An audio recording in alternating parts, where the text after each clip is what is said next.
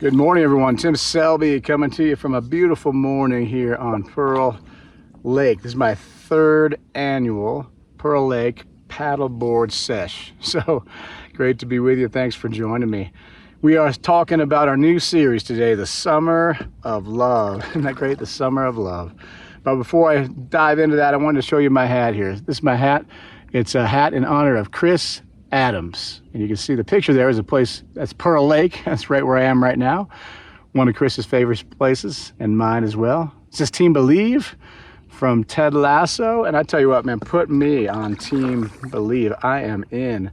So strength and love going out to Chris and his family and all that they're dealing with. And to any of you who might be fighting a battle right now, might be going through something difficult, may you be strengthened. May you find strength and courage in the midst of the battle you're in. Carry on, keep at it. So the Summer of Love, what a great theme for the summer, for our next 4 weeks here, Summer of Love. And we begin today by talking about the love between friends. And I want to tell you about a friend of mine named Mark. Me and Mark became friends in middle school. And back when I was in middle school, a long time ago, some of you will remember this, those Levi's straight leg jeans came out, the ones, and they got the buttons instead of the zipper going on there. And all the cool kids had these. But here's the problem. I didn't have them because I was so uncool. I didn't know what a cool kid really was. But my friend Mark was cool. And he knew I needed a little help, so he tried to help me out. So he gave me a pair of his old jeans to try and help me be a little cooler. And I wore those jeans and they were a little too big and they were a little worn out. They definitely did not make me cool. But you know what? Mark made me feel cool because that's what friends do, isn't it? Got another friend, Miles. He comes to church with us a lot. And Miles has a bit of a disability where he can't speak all the words. He can say some of them, but not all of them. And me and Miles have been friends like 30 years or something crazy now. And I found myself through the years, sometimes when I'm having a hard time or struggling with something, you know what I'll do? I'll just pick up the phone and call Miles, and I'll talk to Miles a little bit and tell him what's going on, tell him how I'm feeling, and he really feels how I'm feeling when I tell him these things. He doesn't have a lot of words for me, he doesn't give me a lot of advice or tell me what to do, but when I share with him how I feel, he feels it too, and that's helpful for me. He feels what I feel. That's what friends do. So I want to talk about this thing we call the Summer of Love and how the love that gets shared between friends. When you look in theology, there's not a lot on the love between friends. It's really kind of interesting.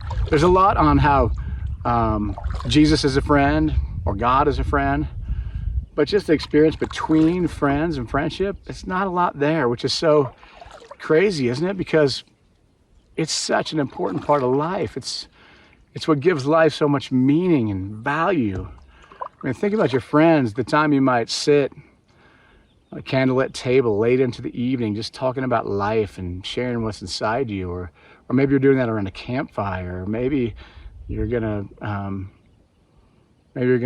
run through the sprinkler on the grass, or play a game of cribbage, or go on a bike ride on a sunny day, or go out and float on a lake like I am right now. Whatever you're gonna do, wow, what is any of that if it's really anything at all without friends? Friends give it such meaning and such purpose. So I want to highlight some famous friendships for a minute, if you'll indulge me in this. So there's some famous friendships out there. My friend Jamie, who does the technology, is going to put them on your screen so that you can see them. And here's a few of famous friendships. This first one, Han Solo and Luke Skywalker. How about these two? Like these guys just like traveled through the galaxies, fighting the good fight and trying to save the universe from evil, from the Empire. And they couldn't have done it without each other. They could have done it on their own, but their friendship could have got them through.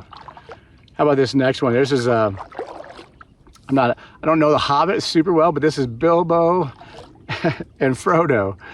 And these guys went across the earth, traveled across the earth, beating back the darkness, trying to fight back the darkness every step of the way. Again, Man, they brought it to each other. They couldn't have done it without the friendship that they shared. How about this one, the Oz gang? The gang from the Wizard of Oz. Hey, they shared that journey. They helped each other find what they needed, find what they were looking for, find what they could be in the world. Ah, what a great example of friendship this crew was. How about this one, E.T. and Elliot? You know, E.T. and Elliot had a friendship that was simply out of this world, right? What a great friendship those two had. And then we got Butch Cassidy and the Sundance Kid. I don't really know what to say about Butch Cassidy and the Sundance Kid. Just seemed like a cool one to put in for some reason. How about these two? Those of you back from the MASH days. Hawkeye and BJ, sharing that time in the midst of war, in the midst of the hell of war, putting people back together and holding each other together all along the way. What a friendship that was. And I got one last here one. How about Thelma and Louise? Thelma and Louise, they stuck together. Didn't end up really great for them, but man, they stuck together right till the very end. I want to highlight a couple of comedy shows as well. I want to give you a moment to listen to this first one. Listen to this theme song. You'll know what it is. Sometimes you want to go where everybody knows your name. Cheers, right? Yeah, cheers.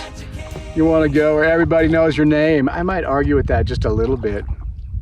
I don't really need to go where everybody knows my name, but it's nice when somebody knows your name. When they went into that bar in Boston there at Cheers, everybody didn't know them, but some people did, and that makes all the difference. And one more song, listen to this one.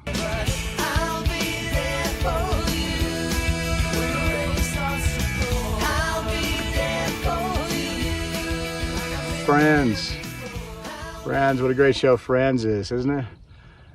We got other examples of shows like this. We got How I Met Your Mother or Seinfeld, comedies that are really funny and wonderful and beautiful shows. But I think the reason we really like them, the reason they're so endearing to us is because they're really based on just solid, beautiful friendships. Friends who go through things day in, day out, who support each other, love each other, laugh together, cry together, go through ups and downs, but they, in the end, are always rooting for the best in one another. It's such a beautiful thing. It's such a gift that friends can bring to us along the way. So think about Jesus. Think about Jesus for a moment. Jesus didn't go it alone. Jesus had friends. They called them disciples, right? And they certainly were disciples, but they were friends. You don't spend 3 years wandering around with a guy, traveling from place to place, doing difficult things, hard work, no real pay or benefits, if you're not friends, if you're not laughing and loving each other and telling stories and sharing things all along the way. You don't do it.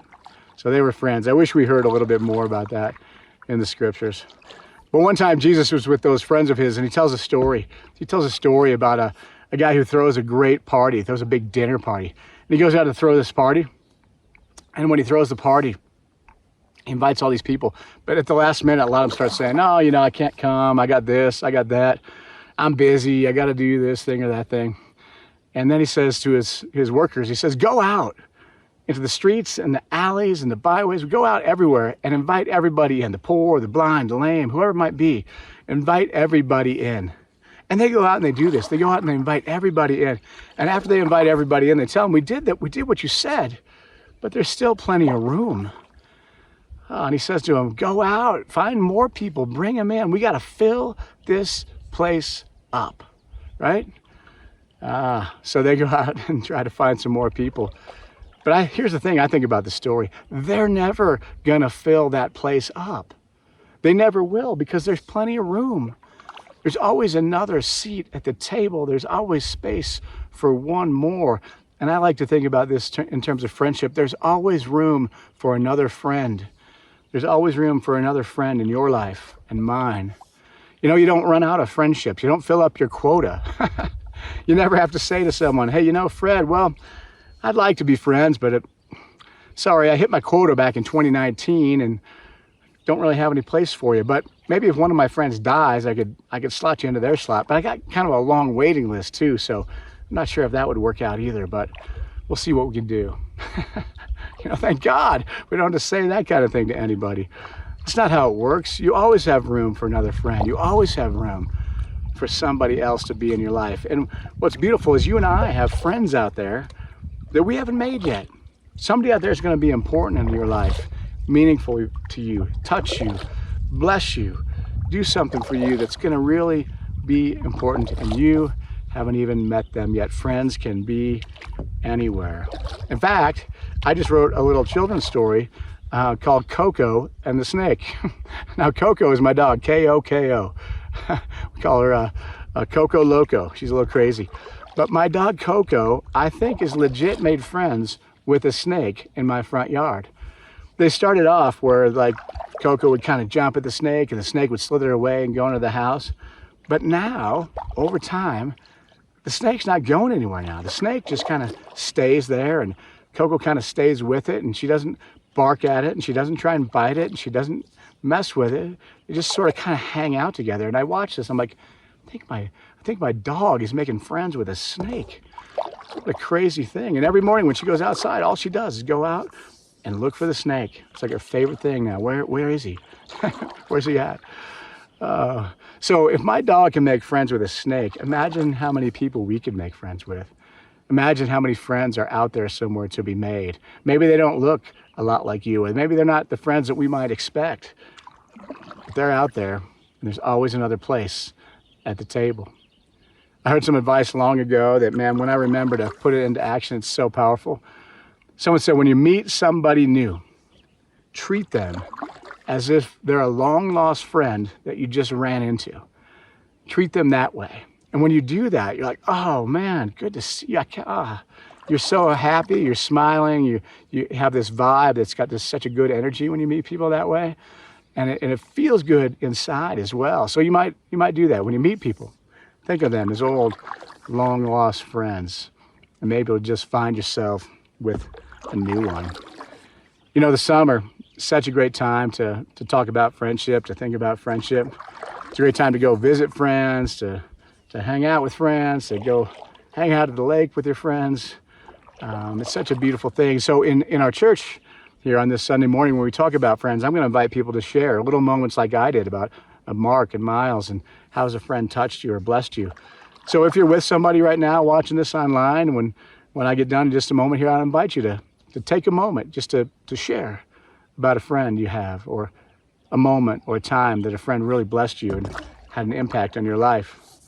And if you're watching this alone online right now and you can't do that, I'd invite you to pick up the phone and call a friend. Maybe somebody you haven't talked to in a while. Say, just missed you. Just so thankful that we're friends, and I want to make sure we stay connected and give a little thanks that way. So such a gift, friendship. I hope we embrace it. I hope we enjoy it. And I hope we have a great time with all of our friends in this beautiful summer of love, 2024. Grace and peace be with you.